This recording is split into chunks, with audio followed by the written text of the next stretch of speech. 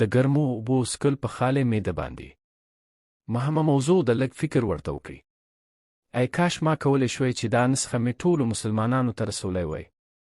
د زړونو یو متخصص وایي که تاسو کې یو څوک دغه نسخه یو مریض ته ورسوي نو د هغه د نجات او ژغورنې سبب کیدی شي. د ګرمو اوبو په واسطه د مرضونو علاج. ستاسو به باور نه راځي چې څنګه د ګرمو په واسطه د مرضونو علاج کیدی شي، نو که الله جو غواړي هغه تاسو ته په اوبو هم شفا درکوي.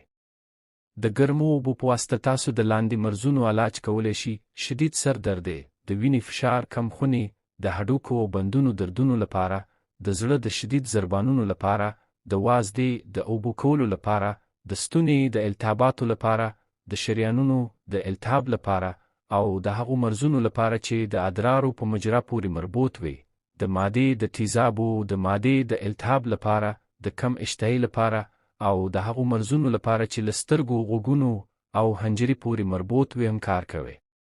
طریقه: هره ورځ سهار وخت چې کله له خوبه راپاڅېدئ نو 4 ګیلاسه اوبه به تاسو جوش کړئ. کله چې جوش شوی نو د لږ وخت لپاره یې پرېږدئ چې لږ یخې شي. ډېرې مه یخوئ، یعنې دومره باید ګرمې وي چې ستاسو ژبه او شونډې ونه سوځوي، یعنې برابرې ګرمې وي. نو همدا 4 ګیلاسه اوبه به په نهاره وڅښئ او تر 4-5 دقیقو پورې باید تاسو هیڅ خوراک ونه کړئ.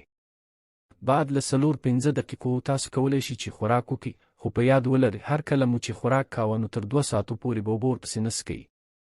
بعضې کسان وي چې سهار په نهاره له اوبو څښلو سره عادت نه وي او کوي هم، نو 4 ګیلاسه ورته لوی مشکل ښکاري، خو دوی دې کوشش وکړي چې په ویلو کې لږ لږ او ورپسې همداسې تر 4 ګیلاسو اوبو پورې باید ځان ورسوي.